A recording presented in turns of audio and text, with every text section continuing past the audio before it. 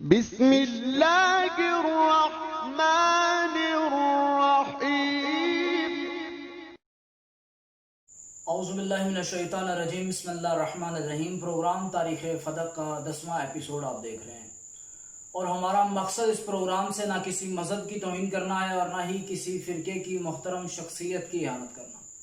ہم اس پروگرام کو صرف اس لیے آپ کی خدمت میں پیش کر رہے ہیں تاکہ اشرف آصف جلالی جیسے لوگوں سے، جو آئے دن نیا مسئلہ انہوں نے امت محمدی میں پیدا کیا ہوتا ہے، اہل بیت کی توہین کا بازار گرم کیا ہوا ہے، ایسے لوگوں کے فتنے سے مسلمانوں کو آگاہ کیا جائے اور مسلمانوں کو، مومنوں کو بتایا جائے کہ اصل حقیقت فدق کیا ہے۔ ہم نے اپنی گزشتہ ایپیسوڈز میں اس بات کی وضاحت کی کہ جناب سیدہ سلام اللہ علیہا کو پیغمبر اسلام فدق دے کر گئے تھے، اور جناب سیدہ سلام اللہ علیہا کی ملکیت میں فدق تھا۔ اہل سنت کی معتبر کتابوں سے ہم نے اس بات کو ثابت کیا کہ جناب سیدہ کا دربار میں آ کر فدق کی ملکیت کا دعویٰ کرنا جناب سیدہ کی حقانیت کی دلیل تھا، لیکن اس کے باوجود بھی دربار خلافت میں جناب سیدہ کی بات کو تسلیم نہیں کیا گیا اور جناب سیدہ سے گواہوں کو مانگا گیا، اور آج ہمارا یہی ٹاپک ہے۔ صاحب معجم البلدان اپنی کتاب میں لکھتے ہیں کہ قالت فاطمہ لابی بکر، جناب سیدہ سلام اللہ علیہا نے دربار میں آ کر خلیفہ اول سے کہا، انا رسول اللہ جعل لی فدق، پیغمبر اسلام یہ فدق مجھے دے کر گئے ہیں، اعطنی، مجھے واپس کرو۔ اور جناب سیدہ کی اس بات پر، جناب سیدہ کے اس دعوے پر امیر المومنین علی بن ابی طالب نے گواہی دی۔ یہ اہل سنت کی کتاب ہے معجم البلدان، جس میں لکھا ہوا ہے کہ مولا علی نے جناب سیدہ کے دعوے کی دلیل بنے، مولا علی نے جناب سیدہ کی حقانیت کی گواہی دی۔ آج کے ٹاپک میں ہم نے یہ دیکھنا ہے کہ مولا علی علیہ السلام کا جناب سیدہ کے حق میں گواہی دینا کیسا ہے، مولا علی کی گواہی کی اہمیت کیا ہے۔ تو دیکھیے، جب کوئی شخص گواہی دیتا ہے تو گواہی میں گواہ کی عدالت کو دیکھا جاتا ہے کہ یہ کتنا بڑا عادل ہے۔ اب اگر کوئی شخص مولا علی کی عدالت کو دیکھنا چاہتا ہے تو وہ ریاض النظرہ کتاب کو پڑھے، جس میں صاحب کتاب علامہ طبری یہ واقعہ تیسری جلد میں نقل کرتے ہیں کہ خلیفہ اول ایک مرتبہ اصحاب میں بیٹھے ہوئے تھے، اور اس وقت خلیفہ نے کہا، اگر پیغمبر نے کسی سے کوئی وعدہ کیا ہو تو وہ مجھے بتائے، میں اس کے وعدے کو پورا کروں گا۔ ایک شخص اٹھ کر کھڑا ہوا اور اس نے کہا کہ پیغمبر نے مجھ سے وعدہ کیا تھا۔ پوچھا گیا کون سا وعدہ؟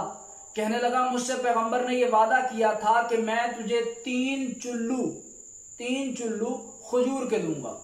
اب جب یہ کہا گیا تو خلیفہ اول نے مولا علی کو گھر سے بلایا اور پورے واقعہ سے آگاہ کیا، اور پھر کہا، یا علی، اسے 3 چلو کھجور کے دیجئے۔ اب مولا علی نے 3 چلو کھجور کے بھرے اور اس شخص کو دے دیے۔ جب ہر چلو کو گنا گیا تو اس میں 60 دانے تھے، اور جب یہ منظر خلیفہ اول نے دیکھا تو بے ساختہ کہا، صدق اللہ ورسولہ، اللہ اور اللہ کے رسول نے سچ کہا تھا۔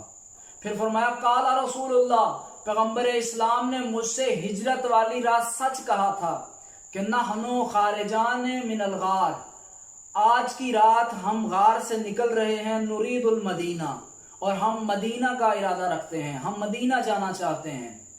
کفی و کف علی فی العدل سوا، میرا اور علی کا ہاتھ عدالت میں ایک جیسا ہے۔ میں نے پیغمبر سے یہ سنا تھا، آج اپنی آنکھوں سے دیکھ رہا ہوں۔ تو یہ واقعہ مولا علی کی عدالت کی طرف اشارہ ہے کہ مولا علی عدالت میں مثل پیغمبر ہیں۔ گواہی میں گواہ کی عدالت کو دیکھا جاتا ہے، اور مولا علی کی عدالت کا مقام کہ مولا علی عدالت میں مثل پیغمبر ہیں۔ اب ہمیں یہ دیکھنا ہے کہ مسئلہ فدق میں امیر المومنین نے کن کے حق میں ووٹ دیا۔ مولا علی نے جناب سیدہ کے حق میں ووٹ دیا، یہ کہا کہ سیدہ حق پہ ہیں، یا خلیفہ کے حق میں ووٹ دیا۔ معجم البلدان میں صاحب کتاب لکھتے ہیں کہ مولا علی نے جناب سیدہ کے حق میں گواہی دی۔ اب مولا علی کا جناب سیدہ کے حق میں گواہی دینا جناب سیدہ سلام اللہ علیہا کی حقانیت کی دلیل ہے، اور یہ بات کہ مولا علی کی عدالت مثل پیغمبر ہے، اس بات پر اگر ہم تھوڑا سا غور کریں تو ہمیں مولا علی کی عصمت کی طرف اشارہ ملتا ہے۔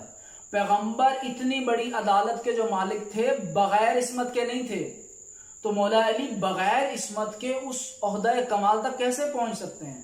یہ مولا علی کی عصمت کی طرف بھی اشارہ ہے، مولا علی کی شدت عدالت کی طرف بھی اشارہ ہے۔ اور کل کی گفتگو میں ہم نے آپ کے سامنے اس بات کو واضح کیا تھا کہ معصوم کا دعویٰ بغیر دلیل کے قبول کیا جاتا ہے، اور سنن ابن داؤد کا ہم نے آپ کو حوالہ بھی دیا تھا۔ اب یہاں دیکھیے مولا علی جناب سیدہ کی گواہی دے رہے ہیں کہ سیدہ حق پہ ہیں، تو پھر بھی جناب امیر المومنین کی وہ جس کی عدالت مثل پیغمبر ہے اس کی گواہی کو نہیں قبول کیا گیا، اس کی گواہی کو نہیں مانا گیا۔ کہا گیا کہ جناب بی بی ایک اور گواہ پیش کیجئے، اور جناب سیدہ نے مولا علی کی گواہی کے ساتھ بقول معجم البلدان جناب ام ایمن کی گواہی کو دیا، تو کہا کہ اے بنت رسول، آپ جانتی ہیں کہ گواہی کا معیار تب پورا ہوتا ہے، گواہی کی مقدار تب پوری ہوتی ہے جب دو مرد گواہی دے رہے ہوں یا ایک مرد اور دو عورتیں گواہی دے رہے ہوں۔ آپ کی یہ جو گواہیاں ہیں یہ مقدار کو پورا نہیں کرتی۔ اس بات کو ہم انشاءاللہ ایک منزل پر بیان کریں گے۔ آج ہم صرف مولا علی کی گواہی کے بارے میں بات کرنا چاہتے ہیں کہ مولا علی نے جناب سیدہ کے حق میں گواہی دی، لیکن خلیفہ اول نے اس گواہی کو تسلیم نہیں کیا۔ کیا یہ آل محمد پر ظلم نہیں تھا؟ اہل سنت کا عقیدہ ہے کہ اگر ایک ایسا گواہ جس کی عدالت اعلیٰ درجے پر ہو وہ گواہی دے دے تو اس کی ایک گواہی ہی دعوے کو ثابت کرنے کے لیے کافی ہے۔ اس بات کی ہم وضاحت انشاءاللہ آپ کی خدمت میں کل پیش کریں گے۔ تب تک کے لیے اللہ حافظ۔